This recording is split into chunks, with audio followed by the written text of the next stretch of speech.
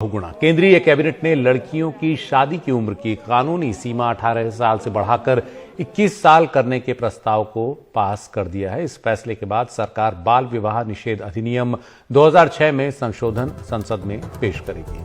इसके जरिए special marriage act और हिंदू मैरिज एक्ट जैसे पर्सनल लॉ में संशोधन किए जाएंगे। प्रधानमंत्री मोदी ने पिछले साल 15 अगस्त को लाल किले से अपने भाषण में इस योजना का ऐलान किया था।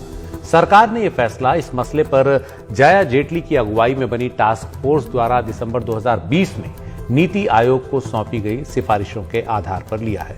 इस टास्क फोर्स को मातृत्व की उम्र, प्रसव के दौरान मृत्यु दर, पोषण के स्तर को बेहतर करने जैसे कुछ मुद्दों पर विचार के लिए तय किया गया था। इस मसले पर जया जेटली ने इंडियन एक्सप्रेस से कहा कि मैं ये स्पष्ट करना चाहती हूं कि हमारी सिफारिश और उसके पीछे का तर्क कभी भी जनसंख्या पर काबू पाना नहीं रहा। नेशनल फैमिली हेल्थ सर्वे का हाल का डेटा पहले ही बता रहा है कि देश में टोटल फर्टिलिटी रेट घट रहा है और जनसंख्या काबू में है। हमारी सिफारिशों के पीछे विचार महिलाओं का सशक्तिकरण है। आपको बता दें कि नेशनल फैमिली हेल्थ सर्वे 5 के आंकड़ों के मुताबिक भारत में टोटल फर्टिलिटी रेट पहली बार 2 पर पहुंच गया है, जो replacement level total fertility rate 2.1 से कम है। यानी अगर ये दर 2.1 रहती है तो इसका मतलब है कि जनसंख्या स्थिर रहेगी, बढ़ेगी नहीं, और अगर इससे कम होता है तो इसका मतलब है कि जनसंख्या में गिरावट शुरू हो गई है। नेशनल फैमिली हेल्थ सर्वे 5 के आंकड़ों में यह बात भी सामने आई है कि लड़कियों के बाल विवाह की दर 2015-16 में 27% से घटकर 2019 से 21 के बीच 23% हो गई है। जया जेटली की अगुवाई में बनी टास्क फोर्स ने 15 एनजीओ की मदद से देश भर के 16 विश्वविद्यालयों और बाहर समाज में तमाम युवाओं के साथ विचार विमर्श किया और अपनी सिफारिशें नीति आयोग को सौंपी। और ग्रामीण और हाशिए पर रह रहे समुदायों के युवाओं से भी बात की गई। खासतौर पर राजस्थान के कुछ जिलों से विशेष तौर पर फीडबैक लिया गया, जहां बाल विवाह की प्रथा अब भी बंद नहीं हुई है। तो सरकार ने, कैबिनेट ने जो आज प्रस्ताव पास किया, उसके बाद क्या कहना है सांसदों का, आइए सुनते हैं। ये जो फैसला सरकार ने लिया है, माननीय प्रधानमंत्री जी की मैं आभारी भी हूँ एक महिला होने के नाते। वो पीक पॉइंट होता है बेटियों के पढ़ने का, और आज आप देख रहे हैं चाहे खेल जगत हो, चाहे सेना हो, चाहे किसी भी क्षेत्र में आप देखिए महिलाएं अग्रणी भूमिका निभा रही हैं। 18 से 21 साल करने का अर्थ है कि 21वीं सदी की अब जो बेटियां हैं वो और अधिक सक्षम बनेंगी, न केवल शारीरिक रूप से और सक्षम होंगी बल्कि नई शिक्षा नीति का उपयोग करके और अब उनकी जो महत्वाकांक्षाएं हैं अपने लक्ष्यों को प्राप्त करने में इसमें सरलता मिलेगी। बहुत अच्छी बात, मैं बिल्कुल मानती हूँ कि ये अच्छा मूव है। ये महिलाओं के लिए अच्छा होगा।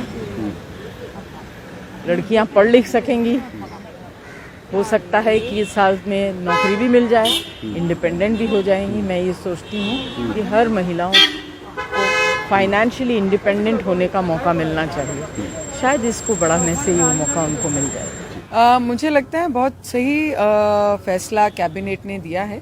बिकॉज जब 16 साल थी तो 16 से 18 की गई, 18 से अब 21 की गई, क्योंकि जैसे जैसे हम आगे आगे बढ़ते जा रहे हैं लाइफ में मैच्योरिटी और ज़्यादा ज़रूरी है, क्योंकि खुद सभी फीमेल्स इंडिपेंडेंट होना चाहती है। क्योंकि बहुत सारी लड़कियों के साथ बातचीत करते समय बहुत सारी बार ये सामने आया है, अरे यार मैं तो लाइफ में ये करना चाहती थी पर बिफोर एज मैं मेरी पहले ही शादी हो गई करके मैं लाइफ में कुछ कर नहीं सकी।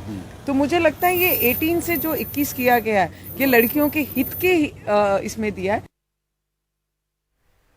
विपक्षी दलों की कुछ महिला सांसदों को सरकार के इस प्रस्ताव को पास करने के तरीके पर ऐतराज है। उनका कहना है कि इस पर विस्तृत विचार विमर्श किया जाना चाहिए था।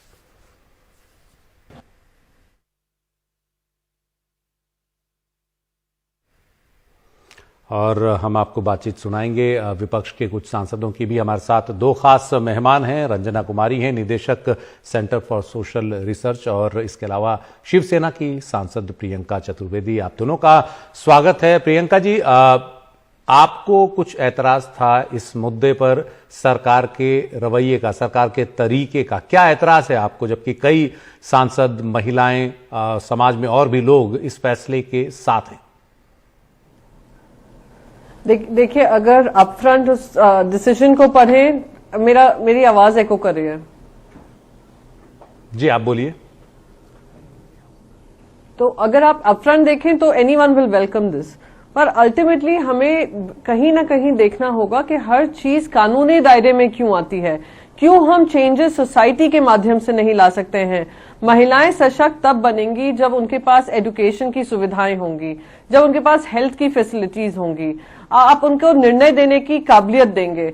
यहाँ पर सारे निर्णय, अब आप देखिए जब medical termination of pregnancy bill आया था, प्रोग्रेसिव इन नेचर था, पर वो क्या एक्सपेक्ट कर रहा था कि अगर महिला ये अधिकार उनके पास होगा तो पहले वो स्टेट बोर्ड से परमिशन लेंगी, फिर ये डिसीजन लिया जा सकता है। तो महिलाएं 18 साल पे, महिला हो या पुरुष हो, 18 साल पे ये निर्णय ले सकते हैं कि वो वोट कर सकते हैं कि नहीं, वो ये निर्णय कर सकते हैं कि राजनीति में कौन सी पार्टी को वो वोट करेंगे, वो बैंक अकाउंट खोल सकते हैं, उनके पास लीगल डॉक्यूमेंट्स हो सकते हैं, वो अडल्ट कैटेगरी में माने जाते हैं, पर वो ये निर्णय नहीं ले सकते हैं कि उनको शादी करनी है या नहीं करनी है।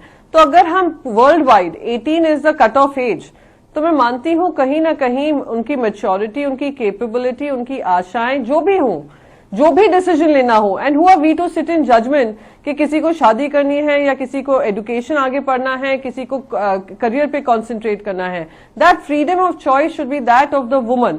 तो स्टेक होल्डर कंसल्टेशंस होना बहुत जरूरी था, और चेंज जो आना चाहिए लॉ के माध्यम से नहीं आना चाहिए।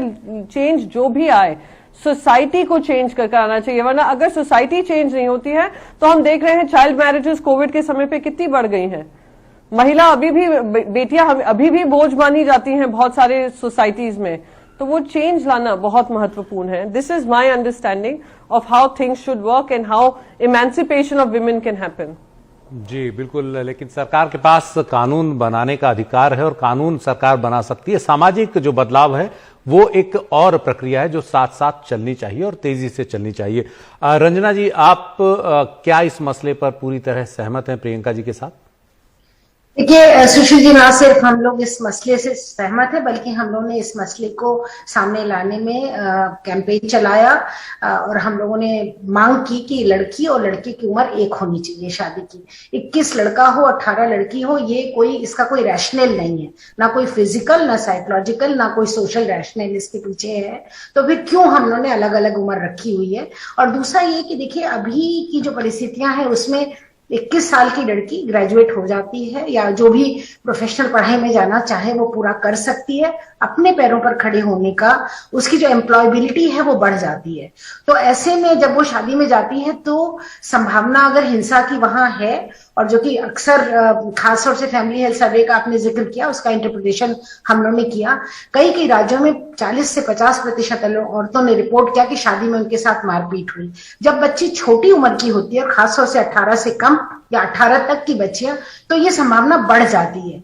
और दूसरा ये भी कि जब दूसरा रिप्रोडक्टिव एज अगर 21 साल के बाद हो तो निश्चित तौर पर हमारी मैटरनल मोर्टेलिटी रेट में फर्क आ रहा है, और ये बिल्कुल किसी भी तरह से हमें इसको खत्म करना है कि बच्चे जन्मते समय माँ की मृत्यु भारत में जितनी संख्या में होती है शायद वो बिल्कुल सही नहीं है, एकदम सरासर हमें वो अफ्रीकन और सब सहारन अफ्रीकन देशों के बराबर लाके खड़ा कर देता है। तो ऐसे में उसको भी बदलना जरूरी है कि एक मैच्योर महिला अपने रिप्रोडक्टिव राइट्स को एक्सरसाइज कर सकती है, और उस रिप्रोडक्टिव राइट के चलते वो अपने स्वास्थ्य का ख्याल रख सकती है। फिर उसका मैटरनल मोर्टेलिटी पर भी असर पड़ता है, जो छोटे बच्चों की मृत्यु हो रही है उस पर भी असर पड़ता है, वो भी एक तरह से पॉजिटिव होगा। तो मुझे लगता है कि ये स्वागत योग्य फैसला है। ये पहले होना चाहिए था। 18 और 21 का तो हम लोग आज तक नहीं समझ पाए कि लड़की को 18 और लड़के को 21 क्यों कहा। लेकिन ये बात भी मैं प्रियंका से सहमत हूं कि एक बहुत लंबा रास्ता है, एक लंबा रास्ता है कि अभी एक कानून बनाने से समाज नहीं बदलता है, लेकिन समाज के पास एक औजार मिल जाता है। अगर कोई अपने आप को प्रोटेक्शन चाहे तो ये हमारे पास एक टूल फॉर सोशल चेंज है कानून। लेकिन सोशल चेंज के लिए, सामाजिक बदलाव के लिए अब समाज के बीच में जाकर के एक तरह से जो कहते हैं जागरूकता अभियान चलाने की जरूरत है।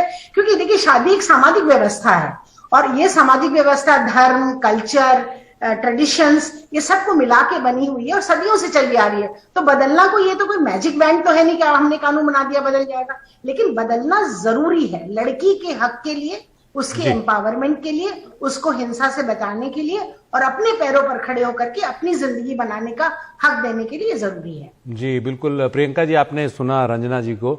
आपको कुछ ऐतराज हैं, लेकिन जब संशोधन अधिनियम संसद में आएगा, आपकी पार्टी उसका समर्थन करेगी या विरोध? देखिए, सबसे पहले समर्थन विरोध से ज्यादा मैं उस पे जो मेरी टिप्पणियां हैं, मैं उस पे ज्यादा फोकस करना चाहूंगी। मल्टी स्टेक होल्डर डिस्कशंस होना जरूरी है। आप किसी भी मेडिकल एक्सपर्ट से पूछें, गायनिकोलॉजिस्ट से पूछें, वो भी बताएंगे कि एक तरफ जब फर्टिलिटी रेट घट रहा है, उस समय पर अगर हम मैरिज की एज बढ़ा देते हैं तो I do not while I do agree with what Ranjana ji is saying कि कहीं महिला मैच्योर होकर डिसीजन ले पाएगी, पर इन टर्म्स ऑफ वायलेंस की बात करें, in terms of mental health की बात करें, हम कहां से हम ये निर्णय ले सकते हैं कि 21 की उम्र के बाद महिला को बहुत सशक्तिकरण हो जाता है, महिला बहुत स्मार्ट हो जाती है, महिला बहुत मैच्योर हो जाती है और वो निर्णय ले सकती हैं जो वो 18 पे नहीं ले सकती हैं। ये हम कौन से बेसिस पे कह सकते हैं कि 21 पे उनके पेरेंट्स प्रेशर नहीं डालेंगे उन पर? तो ये सारा मुद्दा जो है डिस्कशन का विषय है। कोई भी एक पॉलिसी आती है सोसाइटी को चेंज करने के लिए, सोसाइटी में बदलाव करने के लिए, तो उस पर गंभीर रूप से चर्चा होनी चाहिए। चाहे वो जुवेनाइल जस्टिस अमेंडमेंट बिल था जिसपे चर्चा नहीं होने दिया, चाहे वो medical termination of pregnancy bill था जिसपे ज्यादा डिस्कशन नहीं हुआ, तो स्टेक होल्डर कंसल्टेशन होने चाहिए, सारे ओपिनियंस कंसिडर करने चाहिए और एक ऐसा कानून लाए। बल्कि आई एम अगेंस्ट दिस कानून, but my personal suggestion would be कि ये सोसाइटल चेंजेस के माध्यम से, अब बेटी बचाओ बेटी पढ़ाओ जैसे कार्यक्रम आते हैं, फिर आरटीआई हमें बताता है कि 80% से ज्यादा उसमें जो खर्चा हुआ है वो सिर्फ एडवर्टाइजिंग पे हुआ है। ये जो लीक्स हैं, ये जो प्रॉब्लम्स हैं, इम्प्लीमेंटेशन इश्यूज हैं, आप लॉ दिन रात बनाएंगे पर इम्प्लीमेंटेशन हर्डल्स जो हैं उसको एड्रेस करना बहुत महत्वपूर्ण है। प्रियंका जी, रंजना जी, आपने प्रियंका जी का जो ऐतराज है कि व्यापक इस पर विचार विमर्श नहीं हुआ, लेकिन जो मुद्दा है आप उसके साथ हैं, प्रियंका जी के ऐतराज को लेकर आप क्या कहेंगे? नहीं, प्रियंका जी का ऐतराज वाजिब है, क्योंकि देखिए जब राजनीति में सर्वसहमति की बात जरूरी है, अगर सर्वसहमति नहीं भी होती है तो भी चर्चा तो होनी चाहिए ना, सबकी राय जानी जानी चाहिए। लेकिन इसमें प्रियंका जी ये बात जरूर है कि नीति आयोग ने कमेटी बनाई थी, वो कमेटी ने हम सबको मौका दिया कि हम उनके सामने जाके अपनी बात रखें। जैसा कि वर्मा कमीशन के समय जो नया कानून बना था रेप के बारे में, वाइडर कंसल्टेशन से बना, इसमें कंसल्टेशंस हुई है, लेकिन पार्लियामेंट के अंदर विभिन्न राजनीतिक दलों से चर्चा हुई है कि नहीं, ये मुझे लगता है कि नहीं हुई है। वो होनी चाहिए, पास होने के बाद। अभी तो वो खाली संसदीय समिति ने, जो कैबिनेट कमेटी ने पास किया है ना, तो कैबिनेट के बाद ये पार्लियामेंट में आएगा, फिर मुझे लगता है चर्चा होगी, संशोधन के आएंगे, कुछ न कुछ प्रस्ताव तो जरूर आएंगे संशोधन के, क्योंकि पता नहीं कितनी आसानी से सारे सांसद इस बात को मान जाएंगे। अभी तो बहुत बड़ा रास्ता है, तो सिर्फ कैबिनेट ने पास किया, जब संसद से पास हो जाएगा तब ये बिल बनेगा। अभी संसद में चर्चा हुई ही नहीं है इस पर। जी बहुत बहुत आया ही नहीं है संसद में। बहुत बहुत शुक्रिया रंजना जी और प्रियंका जी आपका इस अहम मसले पर बात करने के लिए। और अब जब संसद में ये सरकार इस मुद्दे पर अधिनियम, संशोधन अधिनियम लेकर आएगी, उस समय निश्चित ही इस पर विस्तार से विचार विमर्श होना चाहिए। सभी पार्टी के जितने भी स्टेक होल्डर्स हैं, जो सांसद हैं, इस मुद्दे पर गहरी राय रखते हैं, उन सबको सुना जाना और उस पर विचार होना उस समय जरूरी है।